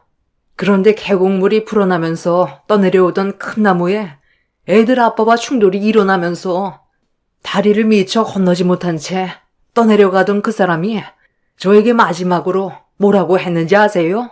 다시 돌아올 테니까 애들만 신경 쓰라고 하더이다. 수영도 잘하던 사람이 분명 다시 돌아올 수 있다고 믿고 있었지만 그 사람은 끝내 차가운 모습으로 제 앞에 나타났고 그 사람의 죽음이 헛되지 않게 하기 위해 저 혼자 아이들을 악착같이 키우면서 지금까지 힘들게 살아왔는데 작은 녀석이야. 병에 걸려 어쩔 수 없이 떠나보낼 수밖에 없었다지만 제 큰아들은 충분히 사고를 예방할 수 있는 상황이었습니다. 며느리가 꽃만 안 좋아했어도 이런 사고는 일어나지 않았을 거라고요. 며느리가 꽃을 좋아한다고 하도 설쳐대서 이런 사태가 벌어진 건데 어떻게 다시 없다고 할 수 있어요? 먼저 떠난 애들 아버지에게 내 피 같은 자식을 평생 지켜주겠다고 약속해서 잘 지켜오고 있었는데 며느리가 제 아들과 결혼을 하겠다고 내 집에 인사 오면서부터 집안의 악재가 끊이지 않았어요. 며느리 때문에 내 아들 황망하게 보냈으니 내 아들 대신 평생 옆에서 수발 들어야 하지 않겠어요? 그래야 제가 이 원통함을 보상받을 수 있을 것 같습니다. 엄마와 시모는 언성이 높아졌고 분위기는 좀처럼 가라앉지 않길래 제가 중간에서 두 분을 말리려 했지만 제정신이 아닌 시모를 감당하기에는 쉽지 않았습니다. 그렇게 저희 집에서 한바탕 난리가 나고 엄마와 시모의 감정이 격해지게 되자 저도 더 이상 어떻게 해야 할지 모르겠더라고요. 시모가 힘든 만큼 저 또한 남편을 떠나보낸 아픔을 똑같이 겪고 있는 걸 알면서 집안을 난장판으로 만들어 놓는 시모의 막 나가는 행동이 저를 더욱더 미치게 만들었습니다. 엄마, 이제 그만해. 동네 시끄럽다고 경찰들까지 왔잖아. 차라리 집안에 일이 있을 때 새언니를 부르던지 하면 되죠. 이러다 더 큰 사고라도 나면 어쩌려고 그래요. 엄마, 일단 지금은 진정부터 해야 될 것 같으니까 저랑 먼저 집으로 들어가시고 어느 정도 마음을 추스렀을 때 다시 얘기해요. 새언니, 우리 엄마가 부르면 당분간은 와줄 수 있죠? 언니는 이해해줘야지. 서로가 힘든 상황인데 안 그래요? 어머니, 일단 오늘은 들어가시고 제가 나중에 연락드릴게요. 저도 지금의 현실을 받아들이기가 너무 힘들어요. 저 때문에 그이 떠나보냈다고 자꾸 하시는데 꼴 보기 싫은 제 얼굴 왜 자꾸 보려 하시는데요? 그이 떠났으니 더는 이 집안 며느리 아니에요, 저. 내 아들 잡아먹고도 뻔뻔하게 그런 말이 나와?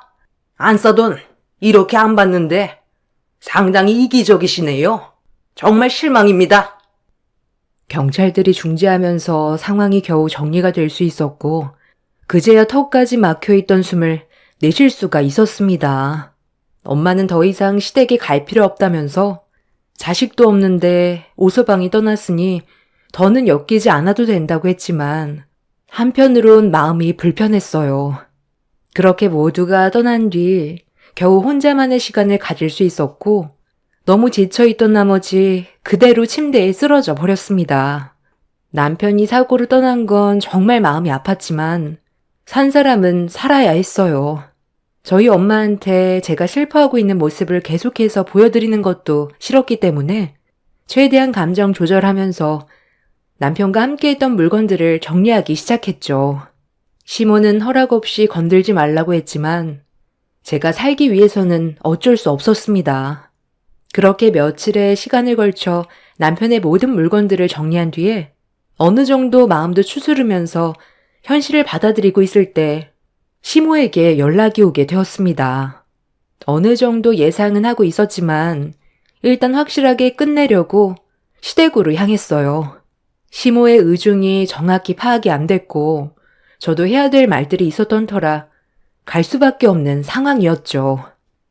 돌려서 말하고 싶지도 않다. 앞으로 어떻게 할 거니? 어느 정도 생각의 정리가 됐으면 답을 줘야지. 내 말대로 이번 주 내로 짐 싸서 들어와라.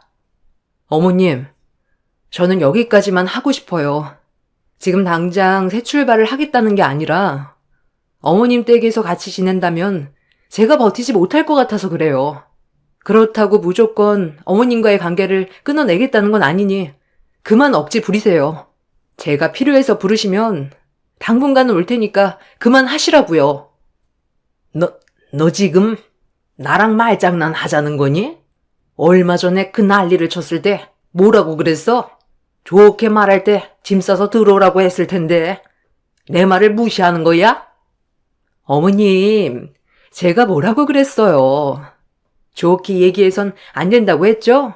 형님이야 아쉬울 게 뭐가 있겠어요? 애도 없겠다. 영 끊어버리면 그만인데 굳이 이 집과 엮일 필요가 없다고 생각하겠죠. 말로는 전화하면 언제든 온다고 하는데 사람이 살다 보면 상황은 언제든 달라질 수가 있는 건데 형님 말을 어떻게 100% 믿을 수가 있겠어요. 어머님, 지금 형님 들어오라고 하지 않으면 지금 살던 집 처분하고 새 인생 살아간다니까요. 아주버님 떠나보내고 혼자 살겠다고 지금 이러는 거잖아요. 저는 제 아들이 있고 결혼할 생각이 전혀 없어서 지금까지 어머님 얼굴 뵈러 오는데 형님은 굳이 이 집에 올 이유가 없잖아요. 늦은 나이에 아주버님과 결혼해서 애도 없고 며느리 생활한 지 1년밖에 안 됐으니 무슨 미련이 남아 있겠어요. 잠깐 슬퍼하는 척하고 다른 남자 만나겠죠. 동서는 무슨 말을 그렇게 해? 그 사람 떠나보낸 지 얼마 되지도 않았는데 나도 힘든 건 마찬가지야. 그리고 나도 지금의 감정 상태로 누군가를 만나서 다시 새 출발하고 싶은 마음도 없어. 그 사람 살아있을 때도 합가하지 않았는데 무슨 이유로 서로 살 부대끼면서 미련하게 같이 살아. 그러니 이 문제에 대해서 더 이상 나쁜 쪽으로 몰아가지 마. 동서가 일방적으로 어머님 부추기면서 안 좋게 얘기하는 건 잘못된 거 아니야? 다시 한번 말하지만 새 출발하고 안 하고는 앞으로 내가 결정할 문제지만 지금 당장은 그 사람이 저 현관문을 열고 들어올 것 같은데 내가 어떻게 다른 사람을 만날 수 있겠어? 그럴 걱정 안 해도 되니까 어머님도 제 생각에 대해 너무 서운하게 생각하지 마세요. 시모는 제 의견에 대해 상당한 불만을 가졌지만 아무리 강요를 해도 뜻대로 되지 않을 거라는 걸 아셨는지 더는 아무 말도 하지 않으셨어요. 그리고 시모는 집에 온 김에 집안일 좀 하라면서 손으로 주방을 가리켰습니다. 한참 대화를 이어가느라 어느덧 저녁이 되어 있던 터라 서둘러 동서와 함께 저녁 먹을 준비를 하게 되었고 그날 이후 저는 두 아들을 잃은 시모가 맘에 걸려서 가끔 시댁과 왕래를 했어요. 한가하면 잡생각이 나지만 정신없이 바쁜 생활을 하다 보면 저도 모르게 아무 생각도 없이 일에 집중을 할 수가 있어서 가끔 주말에는 시댁에서 시간을 보냈어요. 밀린 집안일과 주방에서 보낸 시간들이 대부분이었지만 덩그러니 집에 혼자 있는 것보단 할만하더라고요. 이렇게 바쁜 삶을 보내오면서 남편이 없는 삶에 적응이 되어 가다 보니 어느새 4년이라는 시간이 순식간에 흘러버렸습니다. 그리고 더 이상 남편이 곁에 없어도 슬퍼하지 않았어요. 4년 전만 해도 죽을 것 같아 하루에도 수십 번씩 눈물이 쏟아져 나왔었는데 그런 과정들을 이겨내오면서 살다 보니 저도 정신이 강해졌는지 슬퍼하는 단계는 이제 지나가 버리게 되었죠. 시모 또한 저처럼 현재의 삶을 받아들이고 지인분들과 여행도 다니면서 과거의 아픔을 어느 정도 잊은 듯 보였습니다. 동서는 예전이나 현재나 항상 한결같은 성격으로 저를 대했어요. 동서의 말투에 상처도 많이 받긴 했지만 굳이 얼굴을 붉히면서 싸우고 싶지도 않았습니다. 동서의 직업이 변호사라 항상 바쁜데 아이까지 돌봐야 해서 매일 쫓기는 삶을 살아야 했어요. 그런 모습을 볼 때 저보다 일에 치여서 여건이 안 좋아 보였죠. 직업이 아무리 좋아도 개인적인 시간을 내지 못하니 체력적으로 많이 힘들 것 같았습니다. 주말에도 거의 쉴 수 있는 시간이 안 나서 항상 조카를 시댁에 맡기고 일을 해왔어요. 가끔 주말에 갔을 때 시모가 애 좀 봐달라는 말에 조카 시간을 보낸 적이 몇 번 있었는데 동화책 읽어주는 걸 좋아해서 동서가 새벽까지 일을 했다는 시모의 말에 제가 대신 조카를 돌봐주고 있었습니다. 조카가 가지고 온 동화책이 몇 권 안 됐었는데 영어로 되어 있어서 서툴지만 그래도 최선을 다해 읽어줬어요. 그렇게 저 나름대로 열심히 하고 있었는데 동서가 잠에서 깼는지 방문을 열고 밖으로 나왔습니다.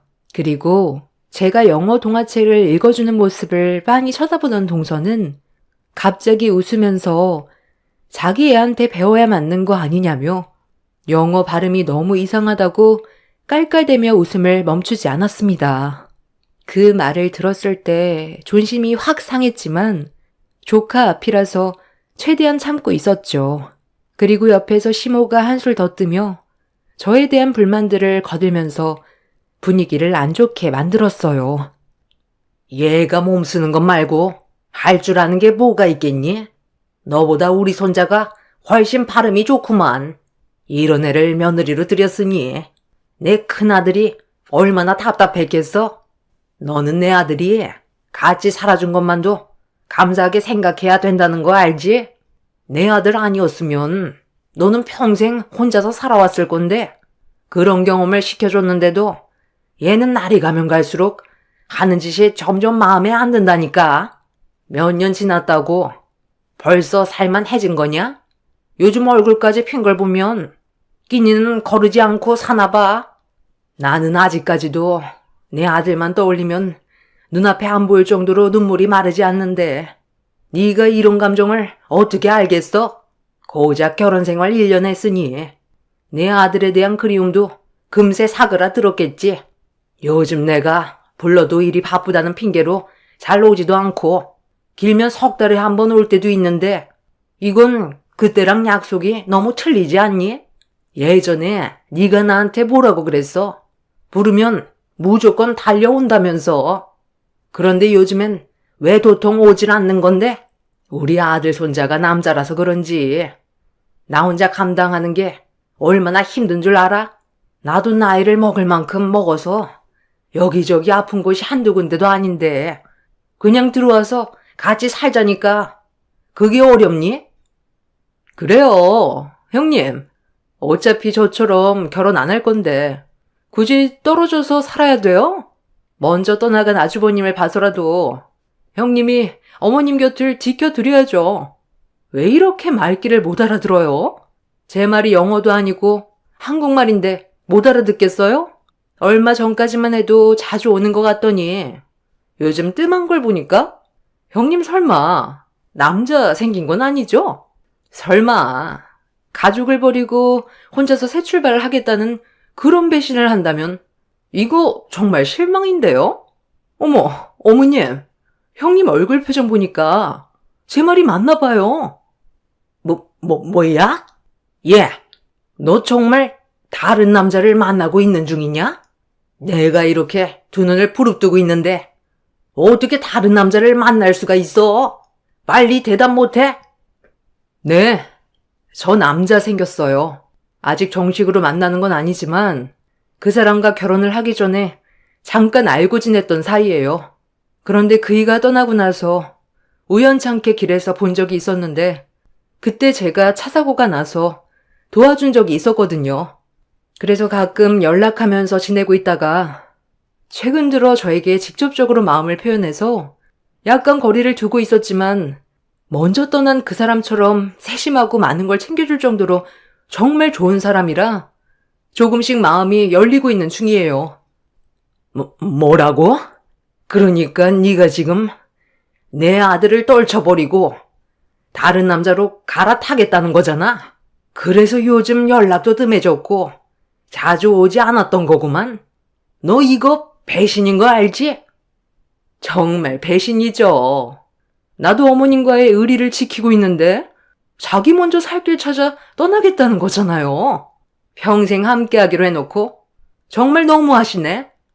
너무한 건 어머님이랑 동서지. 나를 이 집안의 가족으로 생각하긴 한 거야? 말로만 가족이지. 나를 이 집안에서 일해주는 파출부로 여기지 않았어?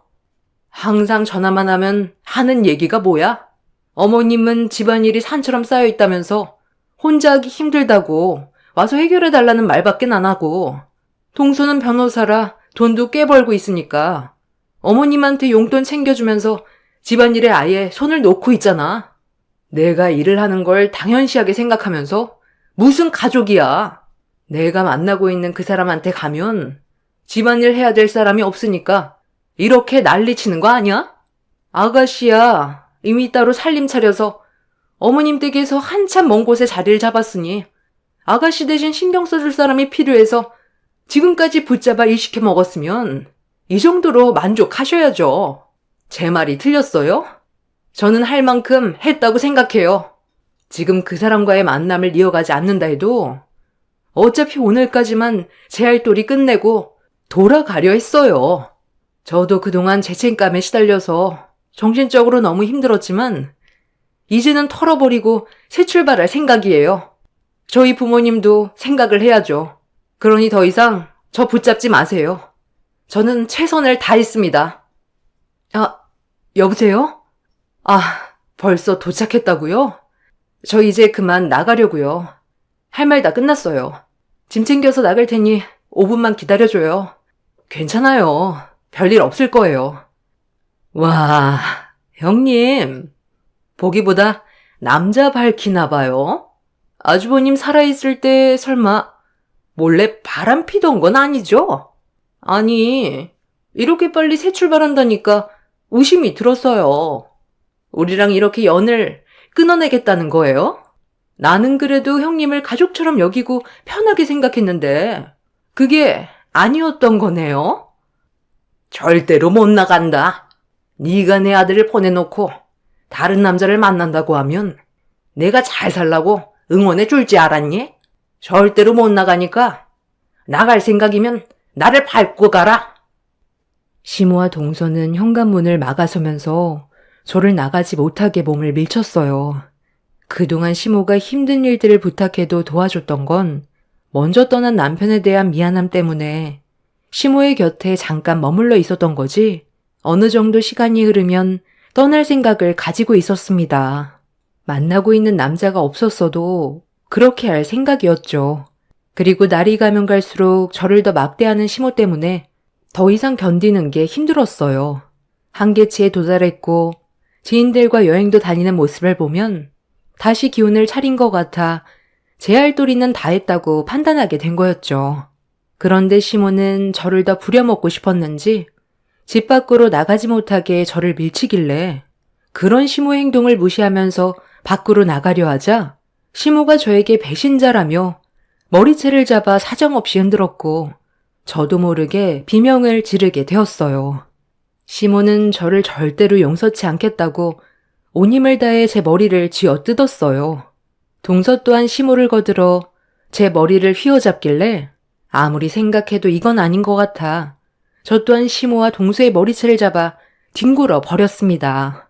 동네가 떠나갈 정도로 상황이 심각해지자 밖에서 난리 나는 소리를 들었는지 그 사람이 초인종을 누르자 저를 뿌리친 동서가 자리에서 힘겹게 일어나더니 인터폰을 확인했고 그 순간 비명을 질렀습니다.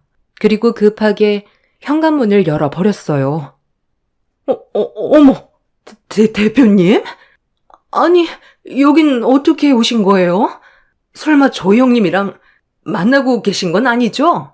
대표님이 뭐가 부족해서 저런 저급한 여자랑 만남을 가지냐고요. 제가 그동안 대표님 눈에 들려고 얼마나 많은 노력을 기울였는데 왜 하필 많고 많은 여자들 중에 저 사람이냐고요. 저는 둘의 관계 인정할 수 없어요. 뭐야? 너희 회사 대표 되시는 분이라고? 법률사무소 대표라는 거야? 그런데 가만히 있어봐라. 네가 지금 하는 그 말은 뭐니? 대표님 눈에 들어가기 위해 노력했다고? 그래요.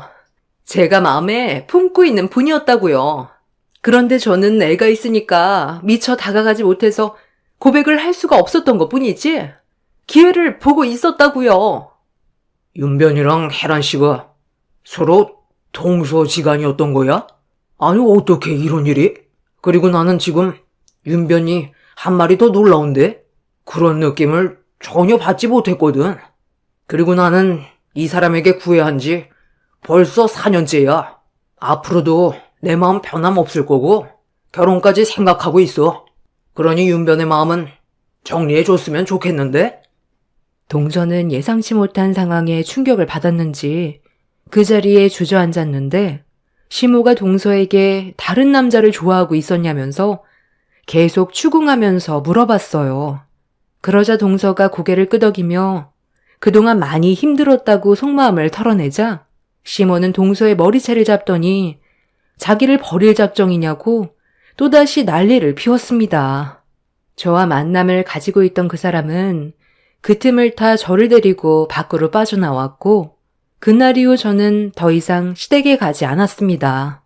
현재 만나고 있는 그 사람과 새 출발을 하기 위해 한 단계씩 밟아 나가고 있는 중입니다. 동서는 저와 법률사무소 대표와 만나고 있다는 사실을 알게 되면서 사직서를 제출했고 동서 또한 더 이상 시댁에 가지를 않았어요. 시모는 저에게 다시 돌아오라면서 저밖에 없다곤 했지만 이미 저는 마음을 정리한 상태입니다. 더 이상 시모의 뒤치작거리를 하면서 인생을 허비하고 싶지가 않았어요. 시모는 갑작스럽게 변화된 환경에 개거품을 물며 앞으론 저에게 잘하겠다고 지금까지 애걸복걸하고 있는 중입니다. 왜 이렇게 전 며느리들에게 집착하는지 모르겠어요. 먼저 떠나보낸 전 남편도 제 선택에 대해 존중해 줄 거라 생각합니다. 힘든 시간들을 이겨내온 만큼 앞으론 꽃길이 펼쳐지길 간절히 소망할 뿐입니다. 제 사연 들어주셔서 감사합니다.